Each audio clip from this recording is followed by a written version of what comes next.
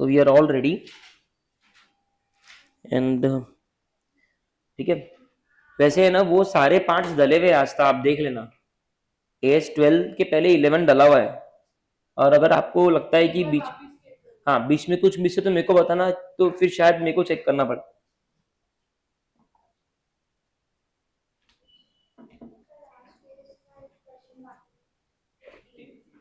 क्या कौन से ईयर्स का? 16 का ना? ठीक है ना, अपन कर देंगे आज, कोई दिक्कत नहीं, कर देंगे उसको। चलो चलो चलो चलो चलो ठीक है। तो AS17 आप लोगों के सामने है, करेक्ट है? Yes. So this is AS17 segment reporting, right. तो अभी इसका बैकग्राउंड मैं आपको देता हूँ थोड़ा सा, कि मान लो हम बात करते हैं हिंदुस्तान यूनिलीवर कंपनी की। HUL जानता है कोई? जानते हैं ना? ठीक है। अभी HUL जो कंपनी है ना, इनके अलग अलग सेगमेंट है। इनका एक सोप वाला सेगमेंट है, साबुन वाला, ठीक है। एक इनका रेडीमेड पैकेट्स फूड वाला सेगमेंट है, राइट। एक इनका क्वालिटी वॉल्स का जो आइसक्रीम है वो सेगमेंट है, करेक्ट है। तो इनके अलग अलग अलग सेगमेंट है, कॉस्मेटिक का सेगमेंट है अलग से, यस, है ना। तो अलग अलग सेगमेंट्स इनके कंपनी के हैं, इसको बोलते हैं बिजनेस सेगमेंट्स, ठीक है।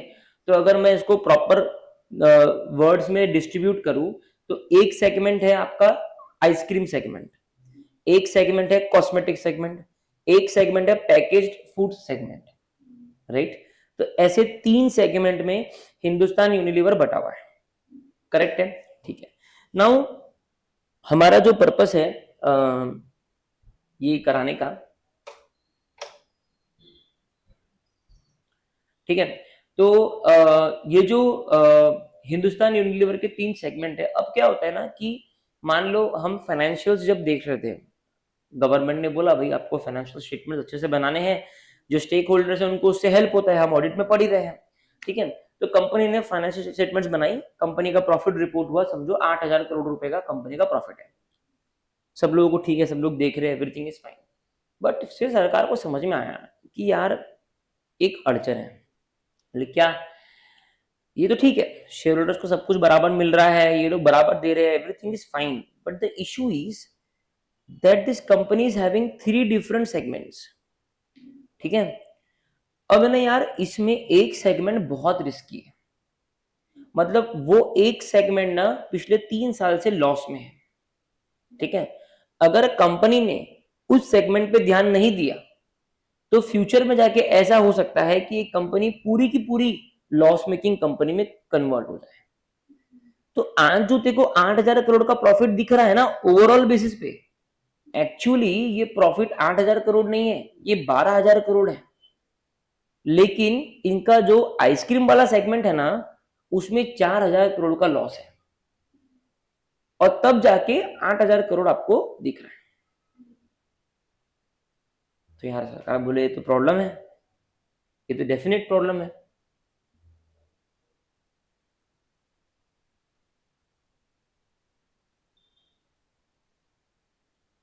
अब लिख सकते हैं, ठीक है, समझा। तो सरकार बोले दिस इज एन इश्यू।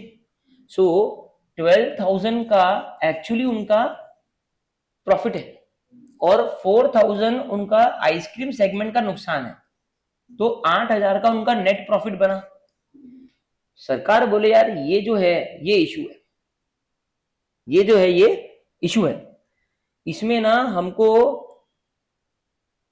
इसमें ना हमको कुछ करना पड़ेगा। We want to give transparent information to the shareholders, we want to give transparent information. सरकार ने बोला एक काम करो, एक नया एएस बनाओ, AS17। बोले क्यों? उसका नाम लिखो सेगमेंट रिपोर्टिंग। सारी कंपनीज को बोलो they have to report on segment basis now. ये तो करना ही है, मतलब ओवरऑल फाइनेंशियल स्टेटमेंट्स तो बनाना ही है, उसके अलावा सेगमेंट वाइज फाइनेंशियल्स भी थोड़े से आपको देने पड़ेंगे, उनकी आपको सेपरेट रिपोर्टिंग देनी पड़ेगी, ताकि शेयर होल्डर ये देख सके कि भाई 12,000 करोड़ का जो प्रॉफिट था वो कॉस्मेटिक सेगमेंट से था, लेकिन जो आइसक्रीम सेगमेंट है उसमें 4000 करोड़ का नुकसान है, ठीक है, और इसके लिए वो बना 8000 करोड़। एक रफ आइडिया समझ में आया? तो हमको बताना है शेयर होल्डर्स को कि हम सेगमेंट वाइज कितना कमा रहे हम, और उनके पास ओवरऑल तो है कि ओवरऑल कंपनी का 8000 करोड़ का प्रॉफिट है। क्लियर है? ओवरऑल तो है ही है, सेगमेंट में कितना कमा रहे हैं वो हमको बताना है कि सेगमेंट में कितना कमा रहे हैं। कोई डाउट यहां तक? परफेक्ट है एकदम, ठीक है, ओके।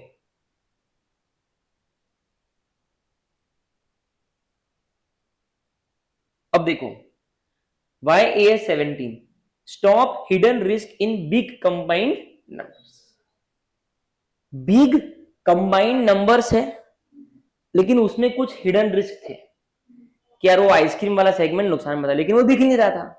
अब सेगमेंट रिपोर्टिंग के कारण वो दिखने लगेगा, तो हम सारे जो हिडन रिस्क है वो दिखा देंगे, ठीक है, क्लियर है ना? अब देखो, इज AS17 मैंडेटरी? क्या ये AS मैंडेटरी है? ठीक है, ये नोट्स जो मैंने इस AS के लिए लाए हैं ना, ये थोड़े से डिटेल्ड वाले नोट्स हैं, ठीक है। इसमें अगर आप स्टडी मेट को नहीं भी पढ़ो तो लगभग 99% कवरेज इसमें आ ही जाता है, ठीक है। मटेरियल हो या इमटेरियल हो, वो मैंने पूरा कवर किया। जैसे YAS17 ये अपन ने कोई AS में किया है क्या? नीड नहीं है, वो एक अंडरस्टैंडिंग पर्पस के लिए। सो सी AS17 ना, जो नॉन SMCs है, मतलब non small and medium companies जो बोलते हैं, या फिर लेवल 1 एंटिटीज अगर वो नहीं है, ठीक है, तो उनको स्ट्रिक्टली एनफोर्सेबल है, ठीक है। मतलब आप लेवल 1 एंटिटीज हो या नॉन एसएमसीज हो, तो आपको स्ट्रिक्टली ये एनफोर्सेबल है एएस, ठीक है। अभी देखो, consolidation rule CFS versus SFS, ठीक है। अब आपको पता है ना कि एक कंपनी मान लो रिलायंस है, ठीक है, रिलायंस इंडस्ट्रीज लिमिटेड, ये एक स्टैंड अलोन कंपनी है, इनके स्टैंड अलोन फाइनेंशियल स्टेटमेंट्स हैं। अब रिलायंस की 100 सब्सिडरी है, ठीक है, उनके खुद के एफएस होंगे, उनके खुद के ऑडिट होंगे, उनके खुद के स्टेक होल्डर्स होंगे, ठीक है। लेकिन चूंकि रिलायंस का उनमें मेजर स्टेक है, रिलायंस को उनको क्लब करके एक कंसोलिडेटेड फाइनेंशियल स्टेटमेंट्स अलग से बनाना पड़ता।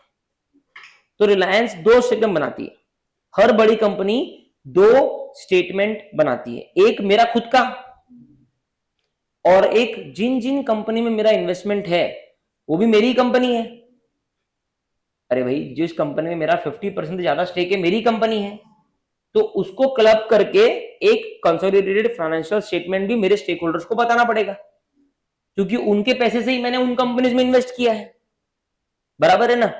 इसको ऐसे समझ लो कि आपकी खुद की दुकान है गांव में, और आपकी 3-4 दुकान में पार्टनरशिप करेगी, तो 3-4 दुकान का प्रॉफिट भी आपका ही प्रॉफिट हुआ ना, आपके हिस्से का 50% आपका ही हुआ ना, तो उनको मर्ज करके प्लस आपका खुद का, अब ये जो दिखेगा यही मेन प्रॉफिट है, बराबर बात है ना? मान लो आपकी एक खुद की किराना दुकान है, उस पर 100 रुपीज का प्रॉफिट है, 3 और किराना दुकान में आपकी पार्टनरशिप है, उनमें सब में 100 रुपीज का ओवरऑल प्रॉफिट है, लेकिन आपका 50% शेयर था, तो 50-50-50 मिला के 150 का प्रॉफिट वहां से आ गया, और 100 आपने खुद ने कमाया, तो सीएफएस में कितना जाएगा? 250 का प्रॉफिट, और स्टैंड अलोन में कितना जाएगा? 100 का प्रॉफिट। ये आप सीए इंटर में सीखने वाले हो, इसका एक चैप्टर है सीएफएस, जिसका कंपलसरी 14 मार्क का क्वेश्चन एग्जाम में आता है। उसमें वो आपको नॉर्मल स्टेटमेंट से, मतलब स्टैंड अलोन स्टेटमेंट से सीएफएस पे कैसे जाना है, वो आपको अंकित सर सिखाएंगे, क्लियर है? ठीक है, तो do you publish both? Do you publish both? क्या आप दोनों पब्लिश करते हो? क्या आप सीएफएस और एसएफएस दोनों में सेगमेंट रिपोर्टिंग दोगे क्या? तो देखो रूल क्या है, आपको AS17 लगाना है सिर्फ सीएफएस से, तो बड़ी बड़ी कंपनीज है, रिलायंस है, उसका SFS stand alone financial statement, CFS consolidated financial statement. तो वो बोलता है कि देखो, आप अगर आप सीएफएस भी बना रहे हो, मतलब आपको सीएफएस बनाना लागू है, मतलब आपकी सब्सिडरी कंपनीज होगी, तो फिर आप सिर्फ सीएफएस के लिए हमको सेगमेंट रिपोर्टिंग देना, एसएफएस के लिए मत देना। सर क्यों? अरे तूने सीएफएस के लिए दे दिया तो मेजरली सब कुछ कवर हो जाता ना, ठीक है, तो जबरदस्ती सेम इंफॉर्मेशन एसएफएस में क्यों कॉपी पेस्ट करना है? तो बोले एसएफएस को बाजू में रख दो। अगर आप दोनों बना रहे हो, लेकिन अगर तू सिर्फ एसएफएस बना रही है तो फिर तेरे को एसएफएस में सेगमेंट रिपोर्टिंग देनी पड़ेगी। तो कभी एग्जाम में एमसीक्यू आ गया कि सीएफएस और एसएफएस कंपनी दोनों बना रही है, तो क्या कंपनी को दोनों के लिए सेगमेंट रिपोर्टिंग बनानी पड़ेगी? क्या कंपनी को सिर्फ एसएफएस के लिए बनानी पड़ेगी? क्या कंपनी को सिर्फ सीएफएस के लिए बनानी पड़ेगी, या नन ऑफ द अबव? तो हम बोलेंगे सिर्फ सीएफएस के लिए बनानी पड़ेगी। देखो मैं क्लास में कवर कर रहा हूँ, 100% ध्यान दोगे ना तो जिंदगी भर याद रहेगा। तो सिर्फ सीएफएस के लिए, बोलो, सिर्फ सीएफएस के लिए सेगमेंट रिपोर्टिंग बनानी होती है।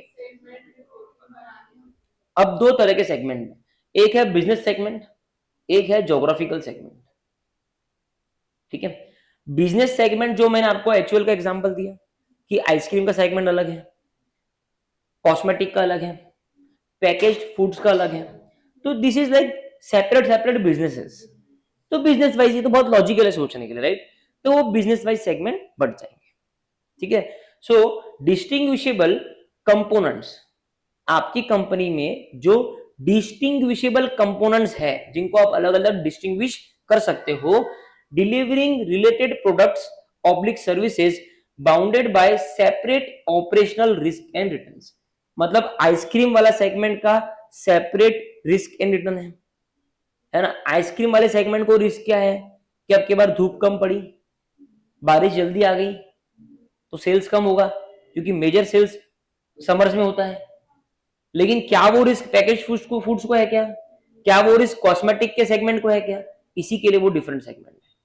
तो आप बिजनेसेस को सेपरेट सेगमेंट में कैसे डिवाइड करते हो? Based on their risk and return pattern, कि उस पर्टिकुलर जितने भी कंपोनेंट्स रिलेटेड है, कंपोनेंट्स रिलेटेड मतलब अब आइसक्रीम में अलग अलग ब्रांड होंगे। एग्जांपल के तौर पे पकड़ो कि क्वालिटी वॉल्स है, मान लो हैवमोर है, ठीक है, मान लो डिनशॉ है, ये तीनों ही एचयूएल कंपनी के, एग्जांपल पकड़ लो सिर्फ। ठीक है, अब ये तीनों अलग अलग ब्रांड है एक ही कंपनी के, है एक ही कंपनी के। अब ये तीनों के रिस्क और रिटर्न पैटर्न सेम है कि नहीं है? तीनों का आइसक्रीम का ही बिजनेस है, ठीक है, तो कहीं ना कहीं ये भले ही अलग अलग ब्रांड है बट इनके रिस्क और रिटर्न पैटर्न सेम है। तो ये तीनों मिला के हम एक बिजनेस सेगमेंट बोलेंगे। तो वो वही बोल रहा है कि डिस्टिंग्विशेबल कंपोनेंट्स जरूर है। क्या बोल रहा है वो? कि डिस्टिंग्विशेबल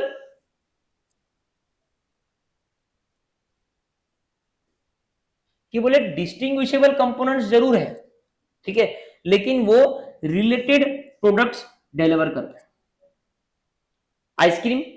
आइसक्रीम के 3 ब्रांड एक ही कंपनी के, तो वो तीनों ब्रांड रिलेटेड प्रोडक्ट कर रहे हैं। और वो कैसे बाउंडेड है एक दूसरे से? तीनों ही brand Dinshaw, Kwality Wall's, Havmor, तीनों ही ब्रांड कैसे बाउंडेड एक दूसरे से? By separate operational risk and returns. ठीक है, तो इसको सिंपल भाषा में समझना है कि बिजनेस सेगमेंट क्या होता है। सिंपल सरल भाषा में बिजनेस सेगमेंट क्या होता है कि अगर कंपोनेंट्स जो है, देखिए, अगर कंपोनेंट्स जो है उनके risk and reward pattern same है तो वो सारे कंपोनेंट मिला के बिजनेस सेगमेंट हुआ, एक नंबर 1। ठीक है, अगर कंपनी में 4 कंपोनेंट है, ये चारों के रिस्क और रिवॉर्ड पैटर्न अलग अलग है, तो ये 4 सेगमेंट हो गए। एकदम क्लियर है? पक्का क्लियर है? तो ये बिजनेस सेगमेंट जो बढ़ता है ना, उसका एक ही क्राइटेरिया है, risk and reward pattern, risk and return pattern जो है, रिवॉर्ड मतलब रिटर्न, रिस्क और रिटर्न पैटर्न जो है, ठीक है, वो कितने अलग अलग है।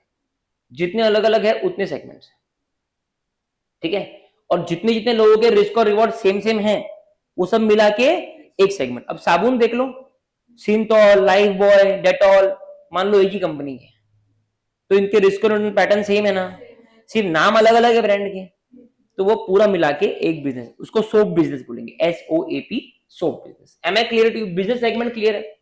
बढ़िया, ठीक है। अब देखो ज्योग्राफिकल सेगमेंट, अब ये आता है ज्योग्राफिकल सेगमेंट, सबको क्लियर है?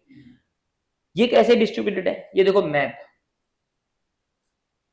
है ना, चाहे इंडिया में हो चाहे पूरे वर्ल्ड में हो, अगर आप ज्योग्राफी के हिसाब से बटे हो, अगर आप ज्योग्राफी के हिसाब से, जैसा distinguishable components operating in specific economic jurisdiction vulnerable to the unique environmental risk. मतलब आपका ये है मॉड्यूल की लैंग्वेज है, ये बहुत सिंपल सी बात बोल रहा है वो कि आपका जो है यूनिक एनवायरमेंटल रिस्क है। क्या है? और आप एक स्पेसिफिक इकोनॉमिक जुरिस्डिक्शन में ऑपरेट कर रहे हो। जैसा कि इकोनॉमिक जुरिस्डिक्शन की एग्जांपल लेता हूं मैं, यूएस का इकोनॉमिक जुरिस्डिक्शन और इंडिया का इकोनॉमिक जुरिस्डिक्शन अलग अलग रहेगा ना, बराबर है ना? वहां पे लॉ अलग है, वहां पे एक्ट अलग है। अब दुबई में जीएसटी है ही नहीं, समझ लो, ठीक है? तो वहां का इकोनॉमिक जुरिस्डिक्शन अलग है, वहां के एनवायरमेंटल रिस्क अलग है।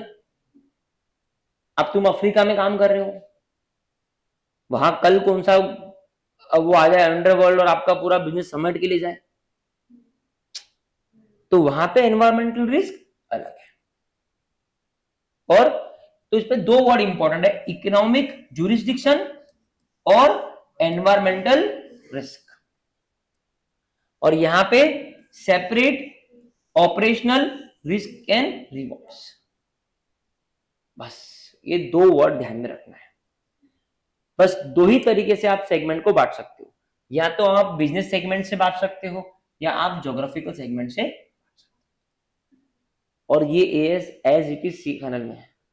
जब सी फाइनल पढ़ो, शुभम सर को याद करना, मेरे नोट्स खोल लेना, और वो पर्टिकुलर एएस इंड एएस 108 उसका कोई लेक्चर मत देखना। अपने आज आप एएस 17 भी कर रहे हो और इंड एएस 108 भी कर रहे हो, ठीक है? तो बिजनेस सेगमेंट और ज्योग्राफिकल सेगमेंट सबको समझ में आ गया एकदम आराम से, प्यार से, ठीक है? सर इसकी थ्योरी पूछ सकते हैं? They don't ask theory. If they will ask you theory, that will be MCQ. I am guarantee on records, I am telling you 100%. In this AS, they will ask you a practical question, ठीक है? Theory पूछी भी तो they will not ask what is the definition of business segment geography. They might give you a list of 10 items. वो बोलेंगे कि बताओ ये बिजनेस सेगमेंट में जाएगा, ज्योग्राफी, ऐसा कुछ पूछ लेंगे आपसे, बहुत हो गया तो। But they will never ask you a short note on this, ठीक है ना? सो इसलिए अपने को सिर्फ इतना ही ध्यान में रखना है, रिस्क और reward, environmentally economic jurisdiction, that's it. इसके जब नोट भी बनाओगे ना खुद के, पूरा पूरा मत लिखना, बिजनेस सेगमेंट लिख के एरो बना के ये लिख देना। ज्योग्राफिकल सेगमेंट में 2 एरो बना देना, economic jurisdiction, environmental risk, that's it. आपको याद करने को इजी रहेगा, ठीक है? नीचे बढ़ू, चलो अब आ जाओ, how to identify a business segment. Sir अब बिजनेस सेगमेंट को हम आइडेंटिफाई कैसे करें, उसकी कुछ 5 पैरामीटर्स आईसीआई ने आपको दिए, ठीक है? जनरल डेफिनेशन तो बोलता है रिस्क और रिटर्न अलग अलग है तो बिजनेस सेगमेंट है, उसको डिटेल में इन्होंने यहाँ पे कुछ एलॉबरेशंस किए, ठीक है? पहला है नेचर। पहला क्या है? Target products and service model. Target product and service models. दूसरा है प्रोडक्शन, मशीनरी सेटअप्स कैसे हैं, टेक्नोलॉजिकली सेटअप कैसे है। अगर वो सब सेम सेम से है तो वो एक ही बिजनेस सेगमेंट आ जाता है। तो प्रोडक्ट का नेचर कैसे है, किस तरीके से वो प्रोडक्शन उनका होता है, कंज्यूमर जो है क्या उनके कंज्यूमर सेम सेम से है क्या, ठीक है? अरे भाई अगर मैं बात करूं हाथ धोने की सोप की और खाने वाली आइसक्रीम की, भले ही वो कंज्यूमर सेम है, लेकिन क्या उसका प्रोडक्शन पैटर्न सेम है क्या, क्या उसका नेचर सेम है क्या, क्या तुम साबुन को खा सकते क्या? ये सारे कंडीशंस आपको फुलफिल करने पड़ेंगे, समझा मेरी बात? तो उसका नेचर सेम होना चाहिए, प्रोडक्शन पैटर्न सेम होना चाहिए, प्लस उसका कंज्यूमर जो बेस है वो भी लगभग सेम होना चाहिए। लॉजिस्टिक्स, डिस्ट्रीब्यूशन पाइपलाइन भी सेम होना चाहिए, है ना? डिस्ट्रीब्यूशन पाइपलाइन भी सेम होना चाहिए ना? रेगुलेशंस, ओवरसाइट रेजिम से, जो रेगुलेशन अभी एफएसएसआई क्या होता है, फूड सेफ्टी प्रोटोकॉल इंडिया में होता है, एफएसएसएआई ऐसा नाम होता है। आप कोई भी पार्ले जी भी खा रहे हो ना, उसके पीछे अब देखो आप सीए बन रहे हो, गो इनटू डिटेलिंग। कभी आप उठाओगे ना कुछ खाने वाली चीज, कभी पैकेट वगैरह खाते हो ना, उसके पीछे देखना, आज देखना, मेरे को याद करना, उसमें एफएसएसआई नंबर लिखा होता है। हर कंपनी को लाइसेंस मिलता है एफएसएसआई का, तभी आप प्रोडक्शन करके लोगों को खिला सकते हो। तो क्या मेरे को बताओ, साबुन की बट्टी के पीछे आप देखोगे तो आपको एफएसएसआई नंबर दिखेगा क्या? वो खाने वाली चीज थोड़ी है ना? लेकिन आइसक्रीम के पीछे आपको दिखेगा एफएसएसआई नंबर, तो रेगुलेशन। इन्होंने बैंकिंग और इंश्योरेंस के एग्जांपल दिए, है ना। अब रिलायंस है, रिलायंस की इलेक्ट्रिसिटी कंपनी भी है, बैंकिंग कंपनी भी है, मान लो एनबीएफसी है, मान लो, ठीक है, रिटेल भी है, ऑयल एंड गैस भी है। उन सबके रेगुलेशंस अलग अलग है ना, वो सब अलग अलग बिजनेस सेगमेंट है। मजा आया क्या? So nature, production, consumer, regulation, logistics, ये 5 येलो चीजें ध्यान में रखना। उनका नेचर क्या है, कैसे प्रोड्यूस होता है। अच्छा, प्रोड्यूस हुआ तो सप्लाई भी होगा, सप्लाई हो कोई ना कोई खाने ही वाला है उसको, और अल्टीमेटली कोई रेगुलेशन उसके ऊपर होगा। ऐसा ध्यान रखो स्टार्टिंग से। नेचर के बाद में प्रोडक्शन होगा, फिर सप्लाई होगा, सप्लाई को कोई खाएगा, और अल्टीमेटली कोई रेगुलेट करेगा। अब आते हैं ज्योग्राफिकल सेगमेंट पे। काय पे? Geographical segment. So asset operations driven और कंज्यूमर सेंट्रिक लोकेशन, ये दो तरीके से आप ज्योग्राफिकल सेगमेंट को डिटरमाइन कर सकते हो। एसेट ऑपरेशन ड्रिवन मतलब क्या? मान लो आप ऑयल एंड गैस का काम कर रहे हो, है रिलायंस, और उनके सारे जो एसेट्स है, सब कुछ है, वो सब अफ्रीका में है, सिर्फ हेड ऑफिस मुंबई में है, बाकी सब कहाँ है? अफ्रीका में। तो एक तरीका ज्योग्राफिकल सेगमेंट का क्या है? Modelled entirely on where the internal tangible footprint और production facility is physically located. ये काय पे डिपेंडेंट रहेगा कि उस पर्टिकुलर सेगमेंट की, मतलब उस पर्टिकुलर बिजनेस की फिजिकल जो एसेट्स है वो कहाँ लोकेटेड है।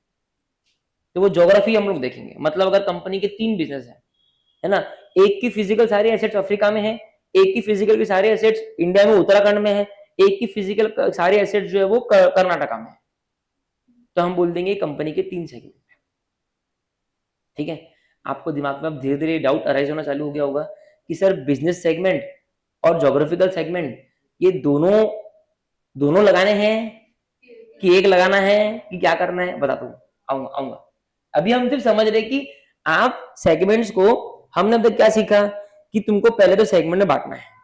सेगमेंट में क्यों बांटना है? इसके लिए बांटना है ताकि हमारे शेयर होल्डर्स को सही तरीके से इंफॉर्मेशन मिल सके। अब बांटना है तो कैसे बांटना है? 2 तरीके उसके होते हैं, एक होता है बीएस, एक होता है GS, business segment, geographical segment. Business segment में बांटना है तो 5 चीजें देखनी होती है, nature, production, supply, consumer, regulation. Geography में 2 चीजें देखनी होती है, एक कि आपके बिजनेस के एसेट्स फिजिकली कहां लोकेटेड है, सेकंड आपकी जो कंज्यूमर है वो कहां लोकेटेड है। Partition by the jurisdictional boundaries of the purchasing client market. कितनी कंपनी इंडिया में है जिनके सारे क्लाइंट यूएस में, तो वो एक्चुअली यूएस सेगमेंट हो गया अगर ज्योग्राफी के हिसाब से देखें तो, क्योंकि सारे जो मेरे क्लाइंट्स हैं वो सब यूएस में। तो ये जो कस्टमर सेंट्रिक लोकेशन है ना, ये नॉर्मली सर्विसेज के लिए ज्यादा यूज होता है, क्योंकि सर्विसेज में कोई फिजिकल एसेट नहीं होती है ना। उधर सर्विसेज, अगर मैं टीचिंग की सर्विस दे रहा हूं, मेरा कौन सा बिल्डिंग और फिक्स एसेट्स है, वेरी गुड जी, प्लांट एंड मशीनरी, राइट। तो वो जनरली कस्टमर सेंट्रिक लोकेशन के बेसिस पे सेगमेंटिंग होती है, ठीक है। लेकिन गुड्स में भी होता है। अब मान लो तुम्हारी फिजिकल शॉप है, जैसे मेरी अपनी कंपनी है, M27 का क्लोथिंग ब्रांड है, we are completely offline, we don't have online footprint, ठीक है। और हमारे 4 शोरूम है, दिल्ली, कलकत्ता, चेन्नई, मुंबई, चारों ब्रांच है अपनी, ठीक है। ताकत से पैसा कमा रहे हैं, everyone we are going on a yacht to have parties, we have money, money speaks, ठीक है। तो ये 4 सेगमेंट है on the basis of geography. Calcutta का कस्टमर कलकत्ता में है, कस्टमर ड्रिवन लोकेशन है, जो कपड़े कलकत्ता में बिकेंगे मुंबई में बिकेंगे क्या, जो दिल्ली में बिकेंगे मुंबई में बिकेंगे नहीं, सब हर ज्योग्राफी का अपना टेस्ट होता है। साउथ में बिकेंगे जो दिल्ली में बिकेंगे क्या, वो धोती पहनते हैं, दिल्ली में नहीं पहनते, ठीक है। तो अलग अलग, तो ज्योग्राफी के बेसिस पे, समझ में आया। तो या तो वो एसेट्स के ऊपर रहेगा या वो कस्टमर सेंट्रिक रहेगा। अभी क्वेश्चन में आपको डेटा दिया रहेगा, डिटेल में डेटा दिया रहेगा, आपको समझ में आ जाएगा मेरे को कैसे सेगमेंट को बांटना है, ठीक है। अब आ जाओ primary versus secondary format. Primary versus secondary format,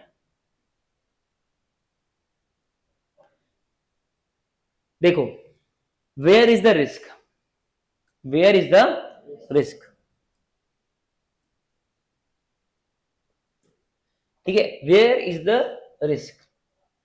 अगर risk stems from product diversity तो प्राइमरी हम लोग यूज करेंगे बिजनेस सेगमेंट। अगर रिस्क स्टेम्स फ्रॉम रीजनलिटी तो प्राइमरी रहेगा ज्योग्राफिकल सेगमेंट। दैट मीन्स अगर कोई चीज है, अगर हमारे पास में सब कुछ है, हमारे पास में ज्योग्राफिकली भी है और बिजनेस सेगमेंट भी है, ठीक है, दोनों तरीके से हम निकाल सकते हैं। अब हमारी जो सोप का सेगमेंट है उसकी ज्योग्राफी देखेंगे तो उसके सारे एसेट्स जो है वो मुंबई में लोकेटेड है, ठीक है। लेकिन अगर बिजनेस सेगमेंट के हिसाब से देखेंगे तो वो सेपरेटली, आइसक्रीम की भी मुंबई में ही है, मतलब सोप की फैक्ट्री और आइसक्रीम की फैक्ट्री दोनों मुंबई में ही लोकेटेड है। तो ज्योग्राफी के हिसाब से ये दोनों सेम हो गए, फिर तो सोप और आइसक्रीम दोनों सेम सेगमेंट हो गए अगर हम सिर्फ ज्योग्राफी के एंगल से देखें तो, क्योंकि assets located in the same place है। लेकिन बिजनेस सेगमेंट के हिसाब से देखें तो दोनों अलग अलग है। तो वो बोल रहा है कि आपका रिस्क कहां से आ रहा है। अगर आपका रिस्क आ रहा है प्रोडक्ट की डाइवर्सिटी से, कि सर जो रिस्क सोप को है वो रिस्क आइसक्रीम को नहीं है ना। अगर धूप कम हुई, समर छोटा रहा और रेनी ज्यादा रहा, सोप को तो कोई रिस्क नहीं है, बट आइसक्रीम के धंधे को रिस्क है कि लोग कम आइसक्रीम कंज्यूम करेंगे तो सेल्स कम हो जाएगा। आइसक्रीम को लेकर रिस्क है, नुकसान हो सकता है।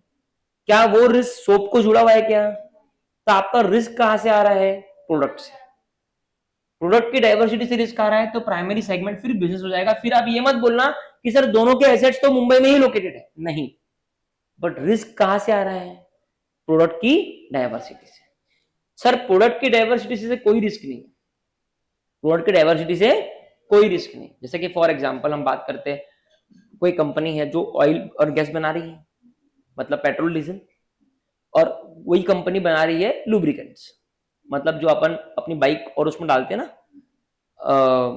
जिससे वो अच्छे चले, लुब्रिकेंट, ठीक है, दो चीजें हैं। तो वही कंपनी लुब्रिकेंट बना रही है, रिलायंस लुब्रिकेंट भी बना रही है और रिलायंस पेट्रोल डीजल भी बना रही है। तो लगभग लगभग इनके बिजनेस सेगमेंट सेम है, ठीक है, दोनों के कंज्यूमर भी सेम है, ठीक है, दोनों का रिस्क भी लगभग सेम है।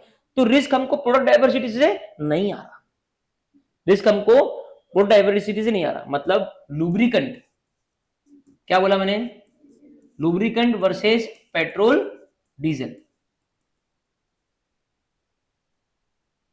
इनमें दोनों में कहीं ना कहीं रिस्क सेम है ना, भले ही ये प्रोडक्ट अलग अलग है। कभी देखना मैक लुब्रिकेंट्स है ना, एचपी का आता है कैस्ट्रॉल, ठीक है, अपन डालते हैं ना बाइक वगैरह में। अभी आजकल इलेक्ट्रिक का जमाना है, इतना लुब्रिकेंट वाला कोई चीज है नहीं, ठीक है, फिर भी डालना पड़ता है, उससे गाड़ी अच्छी चलती है, इंजन मेंटेन रहता है। और ऑयल एंड गैस मतलब पेट्रोल डीजल भी आप गाड़ी को चलाने के लिए डालते हो। तो ये लगभग लगभग इनमें प्रोडक्ट की डाइवर्सिटी से रिस्क बहुत अलग नहीं है। लेकिन मान लो कंपनी की लुब्रिकेंट फैक्ट्री अफ्रीका में है और जो ये पेट्रोल डीजल बन रहा है वो इंडिया में बन रहा है और ये अफ्रीका में बन रहा है, तब ज्योग्राफिकली वो अलग हो गए। अब मेरे को रिस्क कहां से आ रहा? मेरे को रिस्क आ रहा रीजनलिटी से, कि यहां अगर मान लो केओस हो गया, हम देखिए आजकल नेपाल में क्या हुआ, श्रीलंका में क्या हुआ, बांग्लादेश में क्या हुआ, है ना, केओस क्रिएट हो जा रहा है एकदम सडनली, चीजें स्टैंड स्टिल हो जाती है, रीजनलिटी से लिख, सरकार बदल गई वहां की, इंडिया फेवरेबल सरकार नहीं है, खत्म काम। बीच में मालदीव में हुआ था, फिर इंडियंस की पावर इतनी जबरदस्त है कि हमारे प्रधानमंत्री ने कैंपेन चालू कर दी लक्षद्वीप का, मालदीव के सेल्स धड़ाधड़ धड़ाधड़ धड़ाधड़ नीचे गिर गए, फिर आखिरकार उसको घुटने पे आना ही पड़ा, अगले साल इंडिया में आ गए वो, समझा? तो ये बहुत इंपॉर्टेंट, समझ गया ना बात, कि रिस्क कहां से आ रहा, प्रोडक्ट की डाइवर्सिटी से आ रहा कि रीजनलिटी से? समझा है ना बराबर? कुछ डाउट रहा तो पूछना। अब देखो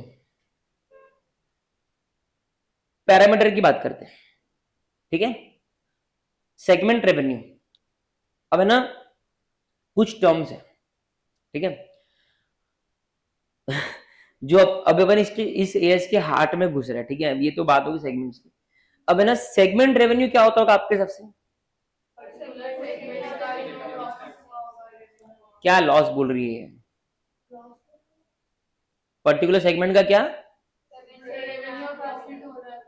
प्रॉफिट क्यों बोल रही है, लेकिन तुम रेवेन्यू क्या होता है, सेल्स, कौन बोला, क्या बोला, सेल्स, बराबर है ना भाई, revenue is equal to sales, revenue not is equal to profit, revenue minus your all the expenses including purchase वगैरह, then it is net profit, right, this is what we have learned, so we are talking about sales, we are talking about revenue, correct ना। So segment revenue मतलब, अब देखो मैं वापस से मेरे original example डालता हूं, मेरा प्यारा एग्जांपल एक्चुअल आइसक्रीम, कॉस्मेटिक और पैकेज फूड्स, ठीक है। तो सेगमेंट रेवेन्यू, अब देखो ये बहुत क्रूशियल है, यहां पे ना बहुत ज्यादा ध्यान देना, क्वेश्चंस में ना यहां पे अटक सकते हैं, ठीक है ना। देखो मैन्युअली इंक्लूड सेगमेंट रेवेन्यू में क्या क्या है, अब एक बार अगर इमेजिन कर लो अपने आप में, अपने अंदरूनी आत्मा में, कि हम एचयूएल की बात नहीं कर रहे, हम सिर्फ सोप सेगमेंट की बात कर रहे हैं, या हम सिर्फ पैकेज्ड फूड सेगमेंट की बात कर रहे हैं, या हम सिर्फ कॉस्मेटिक सेगमेंट की बात कर रहे हैं, ठीक है। तो direct segment revenue definitely include होगा, जो भी रेवेन्यू सेगमेंट ने किया वो तो इंक्लूड होना ही है, सवाल ही नहीं उठता सर, है ना। उसके बाद में अलोकेबल जेनेरिक रेवेन्यू और inter segment internal transfer, sir allocable generic revenue ये थोड़ा सा इंटर में कम है, अलोकेबल जेनेरिक रेवेन्यू मतलब कभी कभी क्या होता है कि, ध्यान से समझना, कि मान लो कुछ रेवेन्यू हेड ऑफिस लेवल पे हुआ, किसके लेवल पे, कुछ रेवेन्यू होता है ना, कैसे होगा सर, हेड पागल होगा सर, नहीं है, देखो अगर हेड ऑफिस ने मान लो एफडी क्रिएट करी, एफडी से इंटरेस्ट आया, आया ना, अब वो एफडी के लिए जो पैसा आया, वो पैसा धंधे ने कमा के दिया ना, आइसक्रीम वाले से पैसा आया, सोप वाले से पैसा आया, पैकेज फूड वाले से पैसा आया, कंपनी ने उसकी एफडी करी, एफडी पे ब्याज आया, अब वो ब्याज कंपनी क्या करती है, इनमें सेगमेंट्स में बांट देती है, भाई तुम्हारा रेवेन्यू है, तुम्हारे पैसे के कारण आया है, वो डायरेक्ट नहीं है, वो अलोकेट हुआ है, अब समझ में आया, लेकिन ये इंटर लेवल पे इतना नहीं है, ये अलोकेट हुआ है ना, अलोकेबल जेनेरिक रेवेन्यू बोलते हैं इसको, ठीक है। तो जो भी हेड ऑफिस का ऐसा कॉमन रेवेन्यू है वो अलोकेट कर दिया, ठीक है, ओके। उसके बाद में inter segment internal transfer, sir ये क्या पॉइंट है, एनीबडी, वाओ तालियां हो जाओ, शी इज राइट, है ना। अरे भाई पैकेज्ड फूड है, ठीक है, अब पैकेज्ड फूड वाला बोलता है कि I am preparing a hamper to be sold all India basis from our online website, but in that hamper, ठीक है, we want to put everything so that Diwali में आप दो तो सामने वाले को कुछ ऐसा ना लगे कुछ मिस हो जाए, और उसने पैकेज फूड में सब कुछ डाल दिया, उसने लेज वगैरह ये वो, बोले I want to put a branded soap from our company, it will give the hamper richness, and I will to also put a ice cream which will not be melted, उस तरीके की आइसक्रीम मेरे को डालनी है। तो उसने क्या किया, सोप सेगमेंट से और आइसक्रीम सेगमेंट से उसने परचेज करके वो हैम्पर बना के फिर, तब ये सोप सेगमेंट का रेवेन्यू, सोप सेगमेंट ने इंटरनल ट्रांसफर किया, ठीक है। बेसिकली ये सेगमेंट है, ये सेगमेंट है, ये सेगमेंट है, ठीक है, ये है आइसक्रीम, ये है सोप और ये है पैकेज्ड फूड्स, ठीक है। इसने इसको इंटरनल ट्रांसफर किया, है ना, इसने भी इसको इंटरनल ट्रांसफर किया, इन दोनों का ये इंटरनल रेवेन्यू हो गया, इसको बोलते हैं इंटर सेगमेंट इंटरनल ट्रांसफर, ये तीनों आपके रेवेन्यू में आएंगे। सर यार क्या बात कर रहे हो, अब ये इसने इसको किया, इसने इसके लिए, है तो सर एक ही कंपनी ना, हाँ है एक ही कंपनी, मानता हूं आपकी बात में, लेकिन हम लोग अभी सेगमेंट वाइज रिजल्ट दिखा रहे हैं ना भाई, तो अभी सेगमेंट वाइज के लिए आपको समझना है कि ये सेपरेट कंपनी, ठीक है, क्लैरिटी मिली, पक्का मिली, ठीक है। तो आइसक्रीम वाले ने पैकेज फूड्स वाले को दिया, सोप वाले ने पैकेज फूड्स वाले को दिया, ठीक है, इन दोनों का इंटरनल रेवेन्यू हो गया, ठीक है। अब आते हैं एक्सक्लूड, डेंजर, कुछ चीजें आपको सेगमेंट रेवेन्यू में नहीं लेनी है, क्या क्या लोगे, मैं शॉर्ट में बोलूं, ठीक है, डायरेक्ट, फिर अलोकेबल, फिर इंटर सेगमेंट, सिंपल, जीत गए, डायरेक्ट, अलोकेबल इंटर सेगमेंट। अभी क्या क्या नहीं लेना है, extra ordinary item AS5। Sir ये क्या बोल रहे, एक्स्ट्रा ऑर्डिनरी आइटम AS5 हमने सिखाया क्या, नहीं AS5 सिखाएंगे। तो उसमें क्या होता है ना, कभी कभी कुछ साल क्या होता है आपको एक्स्ट्रा ऑर्डिनरी कुछ तो इनकम हो जाती है। सर कैसे, मान लो कंपनी का एक प्लॉट था, पड़ा था, है ना, मान लो सोप सेगमेंट का एक प्लॉट है, पड़ा है मुंबई में फैक्ट्री के बाजू में। Now they don't need it, so what they are doing, they are selling it.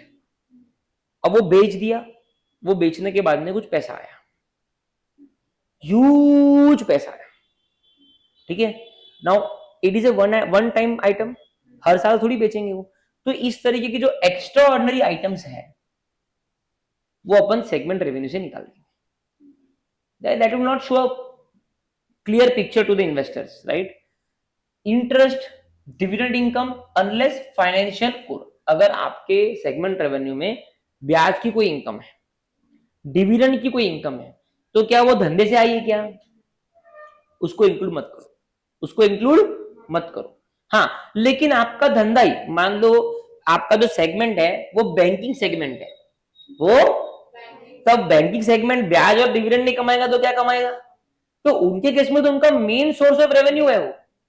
लेकिन अगर आपके सेगमेंट का main source of revenue interest और डिविडेंड नहीं है तो वो रेवेन्यू में इंक्लूड नहीं है। Am I clear to you, पक्की पक्की बात। तो सर लॉजिक देखो कितना क्लियर है, सर एक्स्ट्रा ऑर्डिनरी है, रिकरिंग थोड़ी है, गलत दिखेगा, पिक्चर ही गलत दिख जाएगा पूरा। Sir interest dividend main income नहीं है, हमको तो सेगमेंट की रेवेन्यू दिखानी है ना, तो वो मत जो, ठीक है। एसेट लिक्विडेशन या फिर इन्वेस्टमेंट गेन्स, है ना, वही बात हो गई। एसेट लिक्विडेशन मतलब लैंड बेच दिया, कुछ कर दिया, इन्वेस्टमेंट गेन, ये सब भी आपकी मेन फ्रेम इनकम्स नहीं है। तो ये तीन तरह की जो आपकी इनकम्स है, इसको आप रेवेन्यू में इंक्लूड नहीं करोगे। ये अगर आप समझ गए तो कभी क्वेश्चन में प्रॉब्लम जाएगा। क्या क्या डालना है, डायरेक्ट, अलोकेबल, इंटर सेगमेंट, क्या क्या नहीं डालना है, एक्स्ट्रा ऑर्डिनरी डालेंगे, इंटरेस्ट डिविडेंड नहीं डालेंगे, और एसेट को लिक्विडेट किया या इन्वेस्टमेंट गेन नहीं डालेंगे, ठीक है। जीत गए। नहीं नहीं, मैंने एग्जांपल दिया था, अलोकेबल बहुत होता है, अलोकेबल जेनरिक की जो है ना, अलोकेबल जेनरिक रेवेन्यू, इसके बहुत सारे तरीके होते हैं। मैंने तो एक सिंपल तरीका आपको दिया, लेकिन अलोकेबल जेनरिक रेवेन्यू का बहुत तरीके होते हैं। मतलब तो ये समझ ले हेड ऑफिस है, ठीक है ना। अब हेड ऑफिस क्या कर रही है, अपनी अपनी उसकी ऑनलाइन वेबसाइट है, अब वो ऑनलाइन वेबसाइट पे सोप भी डिस्प्ले करती है, साबुन भी, अपना आइसक्रीम भी करती है, कॉस्मेटिक भी करती है, पैकेज फूड। अब अपने सेगमेंट कौन से थे, आइसक्रीम, सोप, पैकेज और कॉस्मेटिक अलग था ना, सोप कॉस्मेटिक एक ही था एक्चुअली, ठीक है, सॉरी, कॉस्मेटिक ही है वो, चलो ठीक है, कोई बात नहीं। तो अब वो ऑनलाइन वेबसाइट के थ्रू तो सबके सेल्स हो रहे हैं, अब वो सेल्स के जो रेवेन्यू वो इनिशियली फ्लो हो रहे हैं हेड ऑफिस में, वैसे ही होते ना। अब वो उसको अलोकेट कर रहे हैं कि भाई सोप वाला जो सेल है वो इतना है, ये इतना है, तो वो जो भी बेसिकली तूने डायरेक्ट नहीं किया, तूने डायरेक्ट, अब मान ले वो सोप है, कॉस्मेटिक है, एक्चुअल की कॉस्मेटिक की वेबसाइट अलग है, उस पे से तू जो कमा रही वो कमा रही, और कंपनी की एज ए होल वेबसाइट अलग है, उस पे से जो कंपनी कमा रहा है फिर वो तेरे को अलोकेट कर रहा है। इसको वैसे समझो, ठीक है, एग्जाम्पल लिख लेना नोट्स के टाइम पे। आगे बढ़ू, क्वेश्चन पूछते ना मेरे को अच्छा लगता है, मेरे को मजा आता है, ठीक है। अब आते हैं अपन किस पे, सेगमेंट रेवेन्यू, सेगमेंट एक्सपेंसेस, ये हो गया कि अपना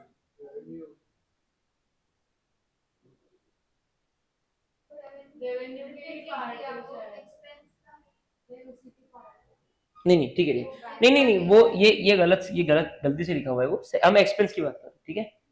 अभी रेवेन्यू हो गया, है ना, सेगमेंट रेवेन्यू। अभी हम बात करेंगे सेगमेंट एक्सपेंस की, डायरेक्ट ऑपरेटिंग एक्सपेंसेस, सेम बात होगी। अलोकेटेड बैक ऑफिस ओवरहेड्स, अब head office Mumbai Nariman point पे है ना, वो बिल्डिंग का भाड़ा है, उधर के खर्चे हैं, अब वो हेड ऑफिस कुछ कमा रहा क्या, वो तो बैक ऑफिस है ना, वो बोलेगा मेरा खर्चा भी दो भाई, तो उनका जो खर्चा आया मान लो 10 करोड़ का, वो तीनों सेगमेंट में बटेगा, तुम्हारा खर्चा हो गया वो, समझ गया ना। Inter segment pricing transfers, inter segment pricing transfer मतलब क्या होता है कि आपने जब यहाँ से यहाँ माल बेचा, ठीक है, तो कभी कभी क्या होता है कि आपको इसमें खर्चा होता है, मतलब सेगमेंट टू सेगमेंट बेचने में आपको खर्चा होता है, ठीक है, पर अभी तूने खरीदा ना भाई, जो मैंने आपको सेलिंग के टाइम में बोला था वही रिवर्स हो गया ना। जो मेरा पैकेज फूड्स वाला था उसने क्या खरीदा, कॉस्मेटिक से खरीदा था, आइसक्रीम वाले से खरीदा था। बना तो एक सेकेंड ना, ये देखो,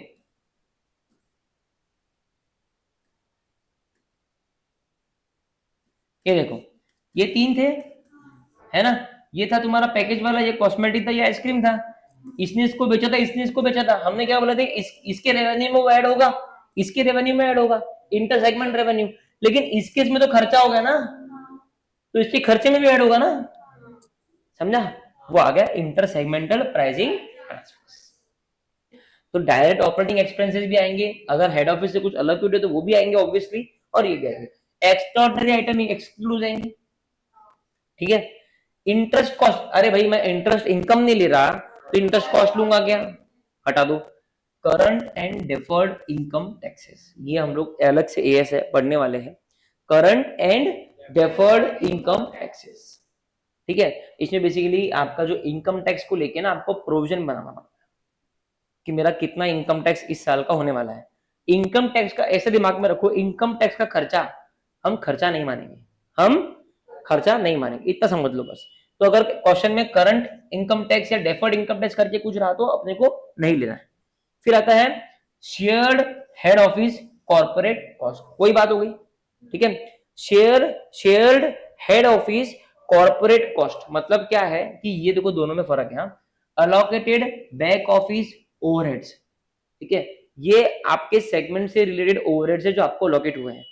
जो मैं आपको बोल रहा था ना कि हेड ऑफिस का कॉर्पोरेट कॉस्ट नरीमन पॉइंट की बिल्डिंग है, उसका खर्चा बियर करना पड़ेगा, वो इन सब पे बटेगा, बटेगा तो सही, लेकिन आपके सेगमेंट एक्सपेंसेस में उसको मत लेना, आपके सेगमेंट एक्सपेंसेस में उसको ओमिट कर देना, लेते हैं तो लेना ही मत, और अगर लिया हुआ है तो निकाल देना, एक्सक्लूड कर देना, एक्सक्लूड ऑब्लिक ओमिट।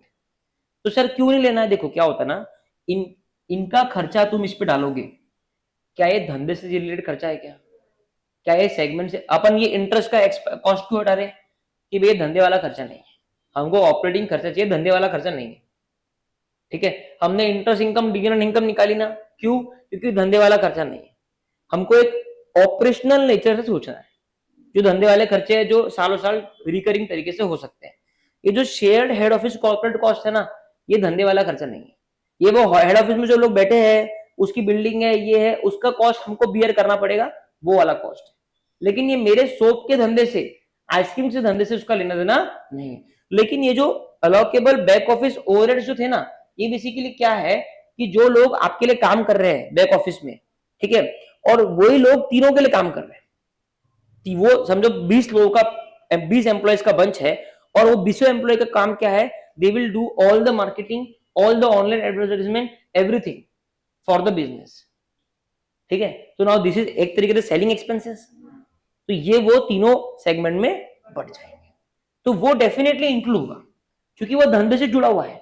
लेकिन जो कॉर्पोरेट ऑफिस का हेड ऑफिस कॉस्ट है, ठीक है, वो सेलिंग वाले बंदे नहीं है, वो कुछ भी नहीं है, तो उनका जो अलोकेशन है वो धंधे से जुड़ा हुआ नहीं, ठीक है। ये थोड़ा सा ना ध्यान से क्वेश्चन में पढ़ने का, वैसे मेरे को लगता नहीं इसके ऊपर कोई ग्रे क्वेश्चन है, ठीक है, लेकिन समझ लेना चीज को।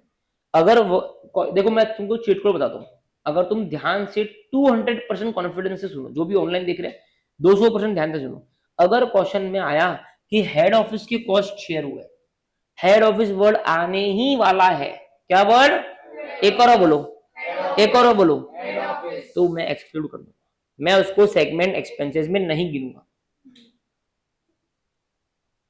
अगर आया ओवरहेड, क्या आया, क्या आया, तो मैं उसको इंक्लूड करूंगा, ये चीट कोड है, ठीक है। तो एक्स्ट्रा ऑर्डिनरी दोनों में नहीं आते, ऊपर नीचे, इंटरेस्ट डिविडेंड दोनों में नहीं आते, ऊपर नीचे, यहां पे इनकम टैक्स नहीं आएगा और हेड ऑफिस कॉस्ट नहीं, ठीक है। आगे बढ़ू,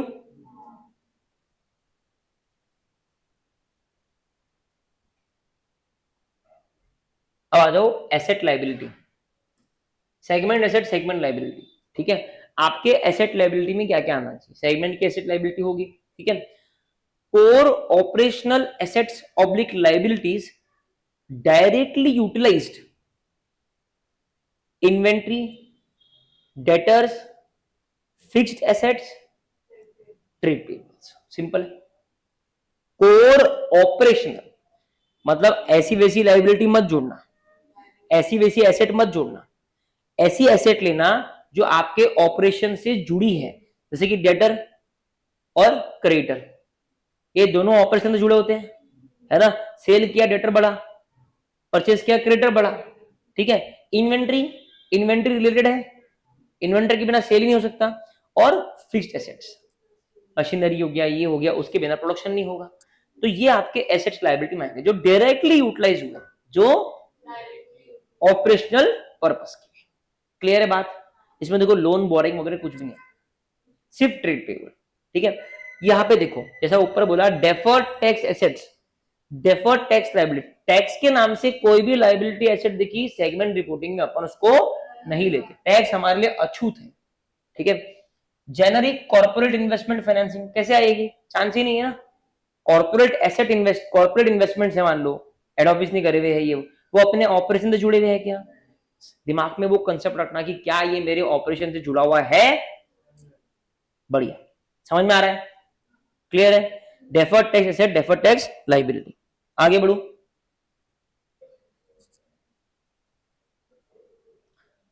ठीक है। अब देखो, अब आ गए अपन एकदम हार्ट में आगे खड़े हो गए, अब अपन अब फर्स्ट हो के, अब ना अपन आगे जा सकते हैं ना पीछे, अब हम एकदम सेंटर में आ गए इसके, ठीक है। अब आ गए हम एएस पे,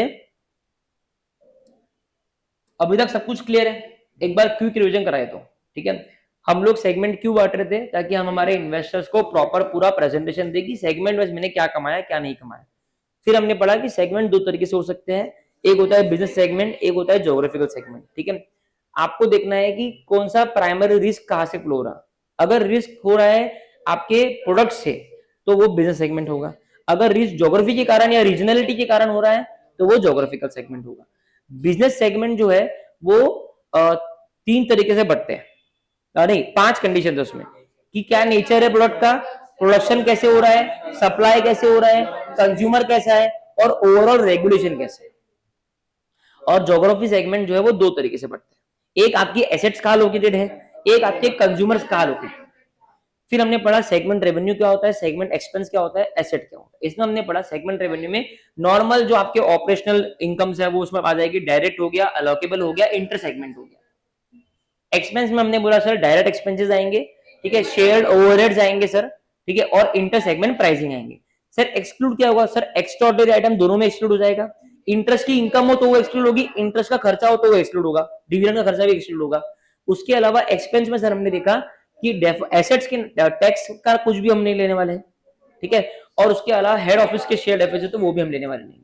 रेवेन्यू हमने क्या देखा, एक और चीज तीसरी, हाँ अगर एसेट आपने लिक्विडेट किया, इन्वेस्टमेंट या कोई गेन हुआ तो वो भी नहीं आएगा, मतलब ऑपरेशनल चीज है। सेगमेंट एसेट, सेगमेंट लायबिलिटी में जो भी ऑपरेशनल जुड़ी हुई एसेट्स है, लायबिलिटी है डायरेक्ट वाली, वही आने वाली है। Fix assets, debtors, creditors, inventories kind of, ठीक है।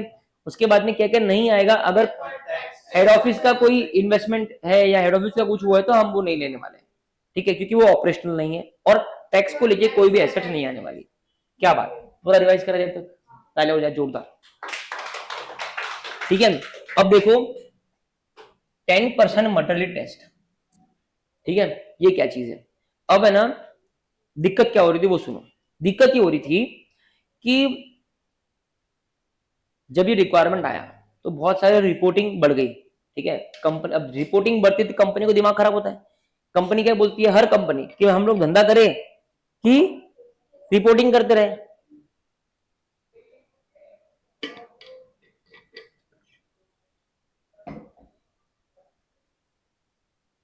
हम लोग धंधा करें कि तुम्हारी रिपोर्टिंग ही करते रहे। तो सरकार से झगड़े चालू थे, सरकार बोलो ठीक है कोई बात नहीं। कंपनीज का एक प्रॉब्लम ये था कि यार हमारे बहुत सारे सेगमेंट है, कुछ सेगमेंट तो इतने पिद्दू से है कि उसमें 10 रुपए का रेवेन्यू नहीं है, और हम सब अगर सेगमेंट बताते रहेंगे तो यार ये बहुत ही अनफेयर है। मेरे तो 500 सेगमेंट है, सरकार बोली क्या करें क्या करें क्या करें क्या करें, ठीक है, लेट अस ब्रेक डाउन। सरकार बोलती ठीक है, हम आज से आपको एक बात बोलते हैं कि आपको सारे सेगमेंट बताने की जिम्मेदारी आपकी नहीं है, भूल जाओ। सर अभी तक पढ़ा, हाँ वो काम आएगा, बट अगर आपके 500 सेगमेंट है तो पूरे के पूरे 500 बताने हैं क्या? नहीं, कुछ क्वालिफिकेशन क्राइटेरिया है, जो सेगमेंट्स ये क्वालिफिकेशन क्राइटेरिया को पूरा करेंगे उन्हीं का रिपोर्टिंग होगा। बढ़िया है ना, तेरा नहीं मेरा नहीं बीच का, ठीक है। देखो अभी 10% materiality test, not all divisions qualify, सारे क्वालिफाई नहीं होंगे, डिवीजन मतलब सेगमेंट, ठीक है। They must pass a quantitative materiality framework, एक फ्रेमवर्क दिया है आईसीआई ने, वो आपको क्वालिफाई करना है, तभी वो सेगमेंट रिपोर्ट होगा। ओहो क्या क्या, देखो रेवेन्यू टेस्ट, कौन सा टेस्ट? Revenue test. 10% या उससे ज्यादा रिपोर्टेबल सेगमेंट हो जाएगा। क्या मतलब है सर? देखो अगर आपकी सेगमेंट का रेवेन्यू, बोलो, आपकी सेगमेंट का रेवेन्यू ओवरऑल रेवेन्यू से 10% हो जाता है, 10% हो जाता है, तो वो सेगमेंट रिपोर्टेबल हो जाएगा। करेक्ट है। एग्जाम्पल पकड़े तो अपने पास में 3 सेगमेंट्स हैं, आइसक्रीम, कॉस्मेटिक और पैकेज्ड फूड्स, ठीक है। टोटल कंपनी का रेवेन्यू मान लो है 500 करोड़, कितना है? 500 करोड़। और ये आपका यहाँ पे समझो आइसक्रीम सेगमेंट हो गया, कॉस्मेटिक सेगमेंट हो गया, पैकेज फूड सेगमेंट हो गया, ठीक है। 500 करोड़ का कंपनी का ओवरऑल रेवेन्यू, कितना? 500 करोड़ का। अब ये रेवेन्यू का 500 करोड़ है, मतलब क्वालिफाइंग रेवेन्यू कितनी होगी? 50 करोड़, 10%। अब इनमें से जिनका भी रेवेन्यू 50 करोड़ है वो सब रिपोर्टेबल है। ज्यादा तो ठीक है नहीं यार, ज्यादा क्या बोल, ज्यादा तो कितना भी हो, हमें क्या करना है, हम तो क्वालिफाइंग देखेंगे ना। इनमें से जिनका अभी इसका 70 है, 50 हो गया, तो ये रिपोर्टेबल सेगमेंट हो गया। इसका मान लो 40 है, तो ये हुआ क्या? तो ये रिपोर्टेबल नहीं है। ये पी का मान लो 50 है, तो ये रिपोर्टेबल हो गया, क्योंकि 10% चलता, ठीक है ना, क्लियर है। तो ये हो गया तुम्हारा रेवेन्यू टेस्ट। अब सर दूसरा टेस्ट क्या है? दूसरा है एसेट टेस्ट। क्या है? Asset test. उस सेगमेंट के जो, अब एसेट्स देखो कितना प्यारा नोट्स है, मैंने आपको सिखा दिया रेवेन्यू क्या होता है, एसेट क्या होता है, एक्सपेंस क्या होता है, ठीक है ना। तो हमको पता है एसेट क्या होता है। अगर आपके सेगमेंट के जो एसेट है वो कंपनी के ओवरऑल एसेट से 10% है, सेम एग्जांपल लेते हैं, कंपनी का ओवरऑल एसेट 500 करोड़ का है, उसका 10% आता है 50 करोड़। अभी जिस भी सेगमेंट का एसेट 50 करोड़ हो जाता है, 50 एग्जैक्ट भी चलेगा, तो वो सेगमेंट रिपोर्टेबल सेगमेंट हो गया। तीसरा, प्रॉफिट और loss test. Segment revenue minus segment expenses is equal to segment profit oblique segment loss. कुछ प्यारे क्वेश्चंस में ऑलरेडी वो प्रॉफिट लॉस देते हैं, टेंशन ही नहीं है। नहीं दिया तो हमको निकालना पड़ेगा। हमको पता है सेगमेंट एक्सपेंस में क्या आता क्या नहीं आता, हमको पता है सेगमेंट रेवेन्यू में क्या आता क्या नहीं आता। अब जो इंसान दिमाग लगाएगा नहीं वो क्या करेगा, जो चीज एक्सक्लूड नहीं करनी है उसको कर देगा, जो चीज एक्सक्लूड करनी है उसको एक्सक्लूड करना भूल जाएगा, तो वो गलती आप मत करना, तो वो एक्सक्लूजन पे ध्यान रखना, ठीक है। अगर उनको क्वेश्चन को थोड़ा टफ बनाना है तो वो प्रॉफिट और लॉस देना नहीं चाहिए, लेकिन वो कुछ क्वेश्चन में देते हैं, ठीक है। अगर उसने प्रॉफिट और लॉस दिया तो आपको देखना है कि वो जो प्रॉफिट लॉस है वो कंपनी के ओवरऑल प्रॉफिट लॉस से 10% या उससे ज्यादा हो रहा था। क्लियर है? एक बार के लिए समझ में आ गया ना? क्वेश्चंस के टाइम पे हमें बहुत कुछ समझ में आएगा, ठीक है। हाँ, तीनों लगाना है बेटा। फॉर एग्जाम्पल के तौर पे तूने पहले रेवेन्यू टेस्ट लगाया, रेवेन्यू टेस्ट में आय पास हो गया, मतलब आय तो रिपोर्टेबल है, पास एनीवन, ठीक है। अभी ये सी का रेवेन्यू कम था तो ये पास नहीं हुआ, लेकिन उसका एसेट टेस्ट पास हो गया। तीनों टेस्ट लगाना पड़ेगा। पहला टेस्ट है, मान लो जो सेगमेंट पास हो गए उन पे दो दूसरे तो लाए, क्या सेंस है, वो तो ऑलरेडी रिपोर्टेबल होंगे, उनको हटा दो। अब जो नहीं पास हुए उन पे दूसरा लगाओ, फिर जो नहीं पास हो पे तीसरा लगाओ, तुमको फिर ओवरऑल मिल जाएंगे कितने रिपोर्टेबल सेगमेंट्स हैं। नहीं समझा? समझा ना? क्वेश्चंस में अपने को और क्लैरिटी मिलेगी। ठीक है, अभी देखो, अब ये तो एक ब्रीफ है, थोड़ा डिटेल में नीचे देखेंगे। हाँ, अभी आता है रेवेन्यू और एसेट टेस्ट को एक और ब्रीफ में दिया हुआ है। सेगमेंट रेवेन्यू मतलब इंटरनल पर एक्सटर्नल, हमने ऊपर ही देखा है बात तो। सर एक्सटर्नल, हाँ नहीं एक्सटर्नल, एक्सटर्नल मतलब आपने डायरेक्टली कस्टमर को सेल किया। सेगमेंट की दो तरह की रेवेन्यू होती है, एक होती है इंटरनल रेवेन्यू, एक होती है एक्सटर्नल रेवेन्यू। एक्सटर्नल रेवेन्यू मतलब सेगमेंट ने डायरेक्टली कंज्यूमर को बेचा, मतलब सेल्स।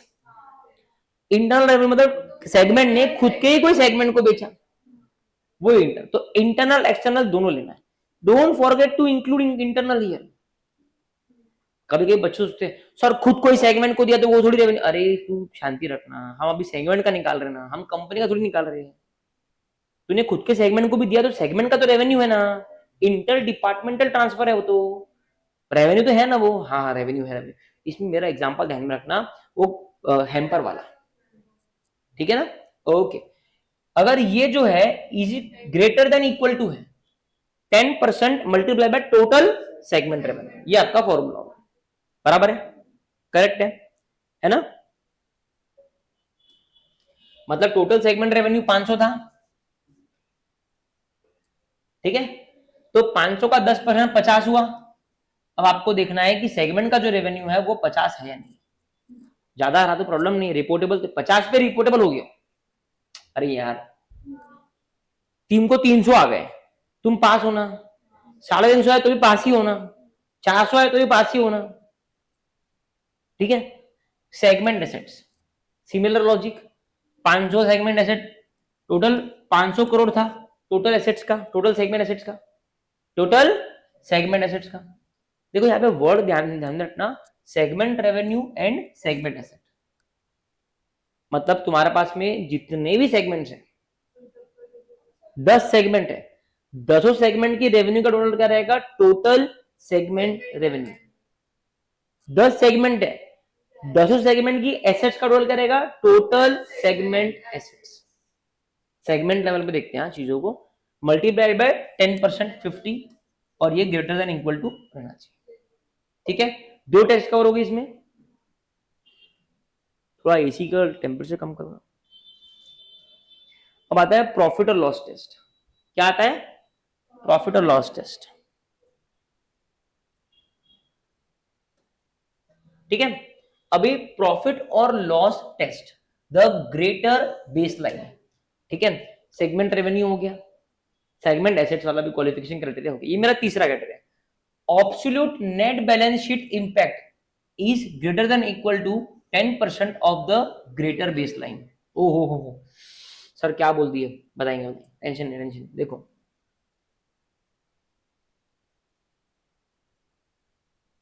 अब देखो मैं तुमको बताता हूँ, देखो यहाँ पे ध्यान देना। हाँ, ये है 1 2 3 4 5 6 7 8 9 10, ये दिख रहा 10, ये 10 नंबर लिखे मैंने, 1 2 3 4 5 6 7 8 9 10। ठीक है, अब ये प्रॉफिट और लॉस टेस्ट कैसे लगता है वो सुनो। अब मान लो ये जो 5 है ऊपर के, ठीक है, ये जो 5 है इनमें 100 करोड़ का, इनमें 100 करोड़ का प्रॉफिट है। ये 10 मतलब 10 सेगमेंटेबल है, ठीक है ना? और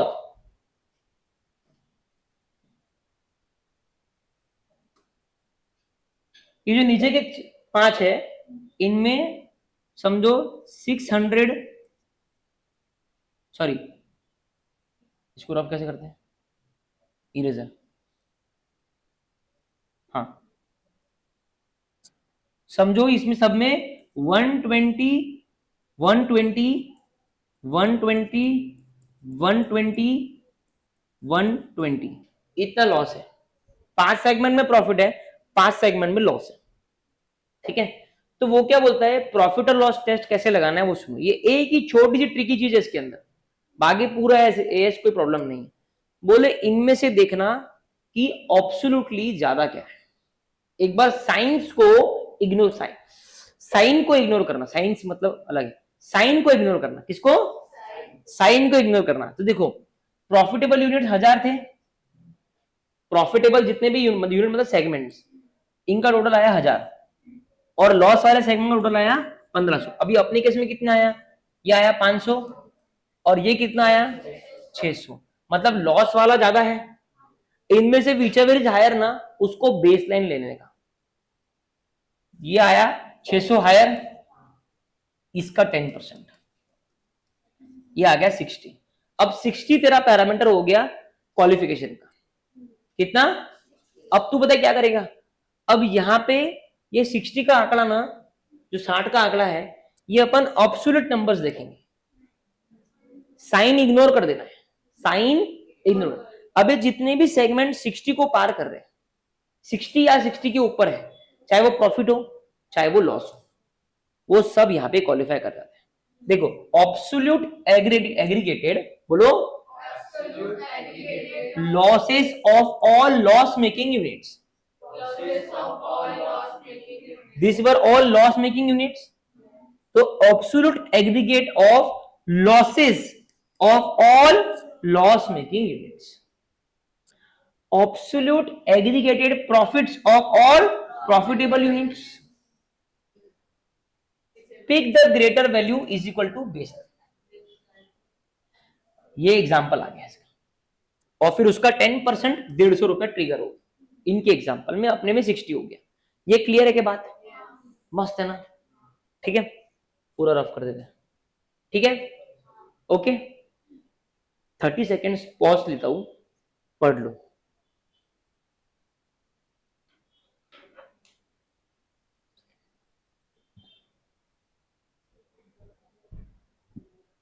हे भगवान,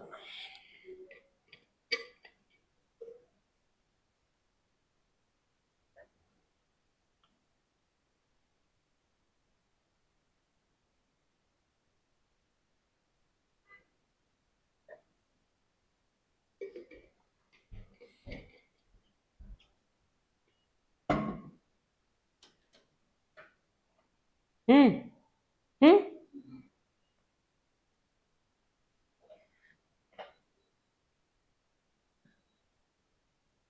हाँ, चलो अब मैं आगे भी करवाई देता हूँ पूरा। ठीक है, फिर ये डिस्क्लोजर वगैरह कुछ नहीं, खत्म हो गया, एज ही खत्म हो गया, क्या बात है। ठीक है, तो अभी स्टेप नंबर 1 में हमने तीनों टेस्ट लगा ली, रेवेन्यू, एसेट और प्रॉफिट और लॉस। प्रॉफिट और लॉस में थोड़ी झंझट है, थोड़ा एक्स्ट्रा देखना है उसमें। ठीक है, दैट्स इट। ठीक है, अभी कोई सेगमेंट इनमें से कोई भी कंडीशन पूरी हो जाए, तीनों में से कोई भी टेस्ट में वो जीत जाए, वो रिपोर्टेबल माना जाएगा।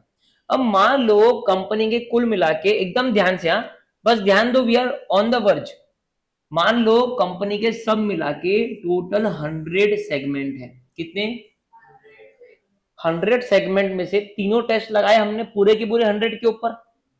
तो कोई पहले टेस्ट में पास हो गया, कोई दूसरे में हो गया, ऐसा मिला के कम समझ लो कि, आप समझ लो कि 60, कितने? 60 सेगमेंट क्लियर हो गए, रिपोर्टेबल हो गए। मतलब 40 रिपोर्टेबल नहीं हुए, सब कुछ अच्छा चल रहा है। लेकिन 1-2 साल बाद में सरकार को लगा कि यार हमारा जो पर्पस था ना ये एएस लाने का, वो कहीं ना कहीं मीट ही नहीं हुआ। हमारा पर्पस था कि हम सेगमेंट वाइज सबको दिखाए क्या लॉस है क्या प्रॉफिट है, लेकिन कुछ कुछ केस में ऐसा हो रहा है कि पूरी रेवेन्यू कवर नहीं हो रही है, क्योंकि 100 में तो 60 ही दिखाया है। तो अभी भी जो 40 नहीं दिखाया है, उसका ब्रेकअप इन्वेस्टर्स के पास में नहीं है। यार मजा नहीं आ रहा। तो फिर सरकार ने एक और कंडीशन ला दी, step number 2, the 75% external revenue test. सरकार क्या बोलती है, देख सेगमेंट रेवेन्यू मतलब इंटरनल प्लस एक्सटर्नल दोनों होता है, ठीक, कोई दिक्कत की बात नहीं। अब तू मेरी एक कान खोल के बात सुनने, तो खींच के झापड़ लगा दो। अब बोलो, जो तेरी कंपनी की ओवरऑल, कंपनी की, रिलायंस की, एचयूएल की, तेरी कंपनी की ओवरऑल जो एक्सटर्नल रेवेन्यू है, जो तूने बाहर के कंज्यूमर को करी, इंटरनल डिपार्टमेंट से छोड़ दे, फालतू बना लगा के रखा, छोड़ दो। रियल रेवेन्यू तो तू बाहर ही कर रहा है ना भाई। आपस में डिपार्टमेंट बेच के कोई मतलब, तू कुछ कमा रहा है, खुद की जेब से दूसरी जेब में डाल रहा है, बात पागल वागल है क्या? ठीक है, जो एक्सटर्नल रेवेन्यू है, ठीक है, उसका 75% कैलकुलेट कर। अब मान लो एचयूएल का 2025-26 में मान लो 100 करोड़ का रेवेन्यू, कितना है? ये पीएनएल पे फेस पे आ रहा है कंपनी के, कितना आ रहा है? 100 करोड़। तो सरकार ने बोला इसको मल्टीप्लाई करो 75% से, कितना हो गया? 75। बोले 75 करोड़ की रेवेन्यू रिपोर्ट होनी चाहिए। अब सुनो, add up external revenues only, ignore, ठीक है, टोटल एंटरप्राइज एक्सटर्नल रेवेन्यू, ठीक है, इसका 75% का ये बकेट का मार्क था। लेकिन जितने सेगमेंट आपने रिपोर्टेबल किए, एक्यूमुलेटेड एक्सटर्नल रेवेन्यू, सिर्फ एक्सटर्नल, तूने 60 रिपोर्ट करी थी, ये 60 के 60 सेगमेंट की जो एक्सटर्नल रेवेन्यू थी उनका टोटल लगा। ये 60 जो तेरे रिपोर्टेबल सेगमेंट थे उनकी एक्सटर्नल, इंटरनल नहीं, उनकी एक्सटर्नल का टोटल आ रहा है 60 करोड़। कितना आ रहा है? लेकिन हमारी टोटल जो पूरी कंपनी की एक्सटर्नल रेवेन्यू वो कितनी थी? 100 करोड़। उसका 75% कितना होता है? 75 करोड़। लेकिन जितने सेगमेंट हमने रिपोर्ट करे उनकी जो सेगमेंट एक्सटर्नल रेवेन्यू थी मिला के वो सिर्फ 60 करोड़ हुई। सरकार ने बोला चलता नहीं, 15 करोड़ हमको और चाहिए, कम से कम 75% एक्सटर्नल रेवेन्यू जो तुम्हारी है उतने सेगमेंट्स मेरे को रिपोर्ट करना ही चाहिए। लेकिन तू जितने सेगमेंट रिपोर्ट कर रहा है उन सब सेगमेंट की एक्सटर्नल रेवेन्यू का टोटल लगाऊंगा तो वो 75% मार्क तक नहीं पहुंचा। तो अब क्या करेंगे यार, ना accumulated external revenue of 10% reporting segment सिर्फ इतना ही पहुंचा है, ठीक है। तो अब तो क्या करना पड़ेगा? Forcefully add smaller non-reportable segments until 75% is met। अब तू देखो, जो सेगमेंट ऐड करना है तेरी मर्जी, भले ही वो तीनों टेस्ट में ऊपर नॉन रिपोर्टेबल है, तेको ऐड करना पड़ेगा because you are not meeting 75% external revenue test. जब तक तू ऐड करता रहेगा, जब तक टोटल सेगमेंट जितने तू रिपोर्ट कर रहा है उनकी रेवेन्यू 75% तक नहीं पहुंच जाती। अब मान लो ये जो 40 बचे थे, वो 40 में से मैंने 5-6 पकड़े और उनको रिपोर्टेबल के बंच में डाल दिया, और अब जो मेरा रेवेन्यू आया वो 75 आ गया।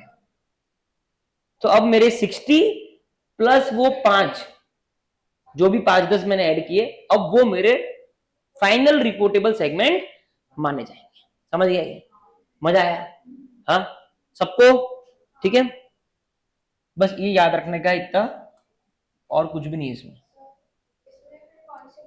कौन सी भी ऐड, कौन सी भी ऐड? अब नॉर्मली जब क्वेश्चन में दिया रहेगा हमारा दिमाग क्या बोलेगा, जिसकी ज्यादा रेवेन्यू है वो मैं ऐड करूंगा। और पागल ही होगा आदमी जो छोटी छोटी रेवेन्यू, मतलब फिर तू क्या कर रहा है?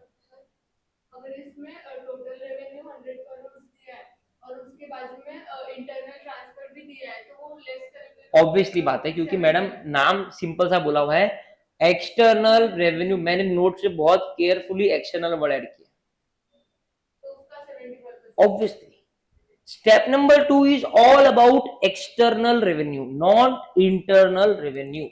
मतलब बच्चे गलती क्या करते हैं पता है आपको, जब वो ये 75% की बकेट देखते ना, तब वो 100 में से 60 रिपोर्टेबल थे, अब वो 60 की क्वेश्चन में तेरे को इंटरनल एक्सटर्नल दोनों दिए रहेंगी, तू क्या करेंगी? दोनों को ऐड करके देखेंगी कि वो 70% मैच हो रहा है। देखो तू, तेरा बेसलाइन क्या है? 75% ऑफ एक्सटर्नल रेवेन्यू टेस्ट, तो उनकी भी एक्सटर्नल रेवेन्यू ही ऐड होगी। तो फॉर एग्जांपल इसको, चलो मैं उस पर आता हूं, है ना, एक बार ये वाइंड अप कर देते हैं। अब एक डिस्क्लोजर तो आप पढ़ लेना, डिस्क्लोजर में कुछ नहीं है, डिस्क्लोज करना है वैसा बोलता है वो, डिस्क्लोज का कोई क्वेश्चन नहीं आता। ये क्रूशियल एग्जाम टिप देखो जरा, टैक्स बैलेंसेस फर्स्ट, मतलब सबसे पहले इफ डीटीए मतलब डेफर्ड टैक्स एसेट्स या advance taxes are hiding inside a segment assets, छुपे हुए, हमको मत निकालो, हमको मत निकालो, चल मैन्युअली सब्सट्रैक्ट। क्या बोला हमने? A17 को सख्त नफरत है टैक्स से, हटा बोले इसको, ठीक है, तो वो उसको हटा। Prior period consistency rule, prior period consistency, if a segment, एक सेकेंड ना, if a segment cleared the 10% test last year, मस्त पॉइंट है, अगर मान लो आइसक्रीम का सेगमेंट है और पिछले साल वो रिपोर्टेबल की कैटेगरी में था, अब कभी कभी रेवेन्यू ड्रॉप हो जाता है ना, इस साल वो रिपोर्टेबल की कैटेगरी में नहीं आ रहा, वो टेस्ट में नहीं आ रहा, लेकिन उन्होंने क्या बोला, अगर कोई सेगमेंट क्लियर किया था 10% का टेस्ट लास्ट ईयर, कोई भी 10%, चाहे वो सेगमेंट रेवेन्यू हो, चाहे वो सेगमेंट एसेट हो, चाहे वो प्रॉफिट और लॉस हो, कोई भी हो, अगर उसने क्लियर किया था, it stays fully reportable this year even if it drops below 10% now, अगर इस साल भले ही वो 10% से कम है तो भी वो रिपोर्टेबल की कैटेगरी में आ जाएगा। लेकिन देखो उसने पिछले साल, हाँ मैं वही पे आ रहा हूं, उसने पिछले साल 10% का टेस्ट क्लियर करना चाहिए, पिछले साल उसने 10% का टेस्ट क्लियर नहीं किया, लेकिन वो रिपोर्टेबल कैसे बना मालूम? क्योंकि वो 75% की बकेट नहीं भर रही थी, तो हमको कुछ सेगमेंट डालना पड़ा, फोर्सफुल डालना पड़ा, वेरी गुड वर्ड, फोर्सफुल डालना पड़ा। लेकिन क्या उसने वो 10% का क्राइटेरिया क्लियर किया था क्या?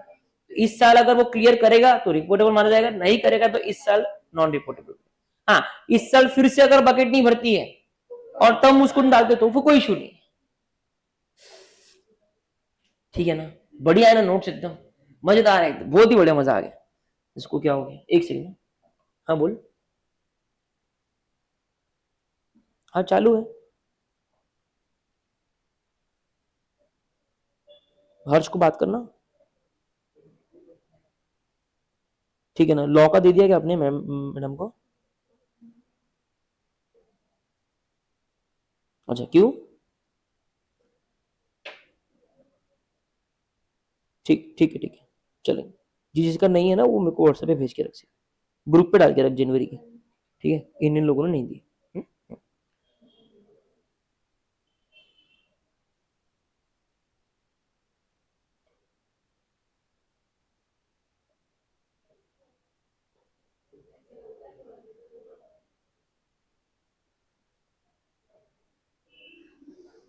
हाँ हेलो, हाँ yes, internal transfer autonomy, can companies price internal transfer however they want, yes, बहुत ही इंपॉर्टेंट क्वेश्चन है ये, ठीक है, अपने रेलेवेंट नहीं है इतना, लेकिन फिर भी एक AS17 में जिक्र करा हुआ है।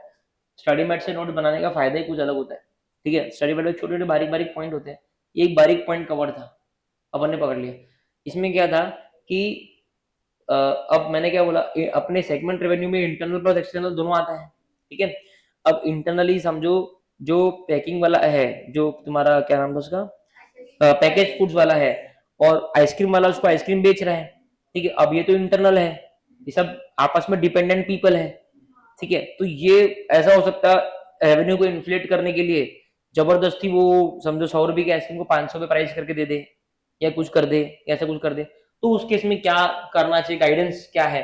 तो इसने क्या बोला कि देखो, बोले कॉस्ट, या बोले आइडियली उसने कॉस्ट पे ट्रांसफर करना चाहिए, इधर कॉस्ट प्लस कुछ छोटा सा मार्कअप लगा दे, 10% 5%, या फिर मार्केट में जो रेट चालू है उस आइसक्रीम का उस पे बेच दे, कुछ भी कर दे।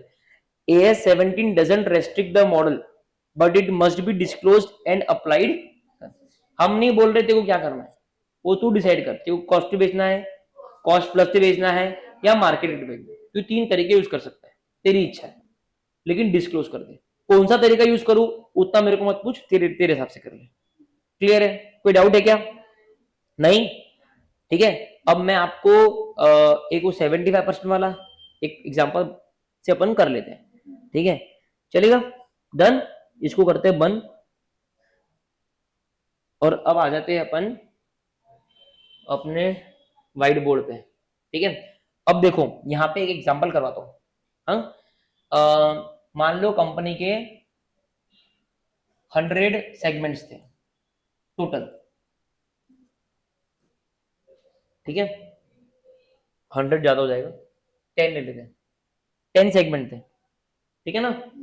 सेगमेंट देखो, नाम लिखता है पे A B C D E F G H, 1 2 3, हाँ ठीक है, आई जे, ठीक है। इनका यहाँ पे आई मतलब इंटरनल रेवेन्यू, ई मतलब एक्सटर्नल रेवेन्यू, ठीक है।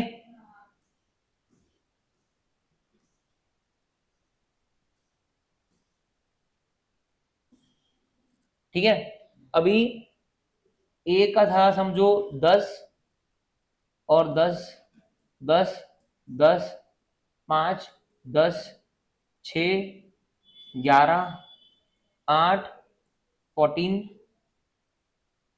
9, 5, 10, 10, 8, 16, 9, 15, 4, 2, क्या कर दिया मैंने, देखना पड़ेगा तो चेंज कर लेंगे बाद में, ठीक है। तो ये डेटा है, समझ लो, ठीक है ना। अब देखो, इनमें से मान लो अपन सेगमेंट रेवेन्यू वाला ही क्राइटेरिया लगाते हैं सिर्फ, ठीक है। तो सेगमेंट रेवेन्यू वाले क्राइटेरिया में हम क्या बोलते हैं कि 10% ऑफ टोटल सेगमेंट रेवेन्यू, ठीक है। अब मेरे को तुम लोग कैलकुलेट करके बताओ टोटल सेगमेंट रेवेन्यू कितनी हुई, कैसे, तुझी बोल रही है।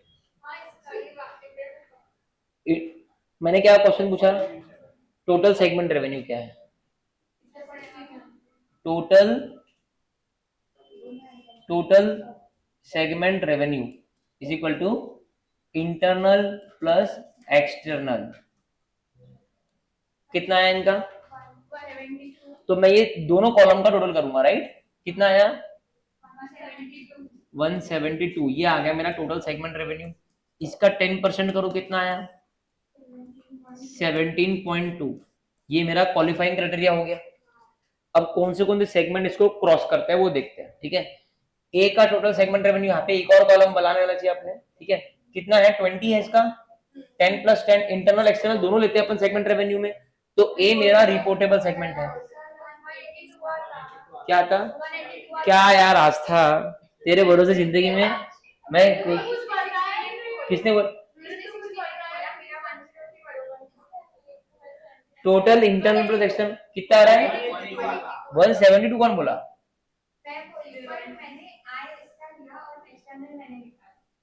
वाह 182 हो गया, तो ये कितना आ गया